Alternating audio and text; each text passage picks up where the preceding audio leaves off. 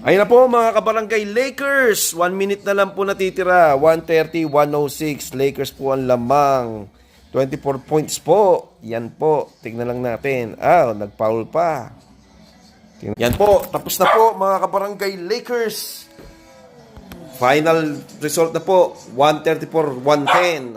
Panalo po tayo mga ka-Lakers. Okay, tingnan po natin. Panalo po tayo mga ka-Lakers. Yan po. Si Dilo po ang nagdala ng 34 points po si Dilo.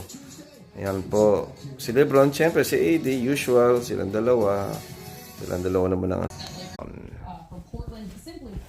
Lakers defeat Trailblazers 134-110. Mga barangay, congratulations sa atin. Yep.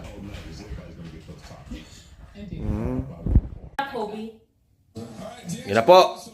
Ni-interview po si D'Angelo Russell. Siya po ang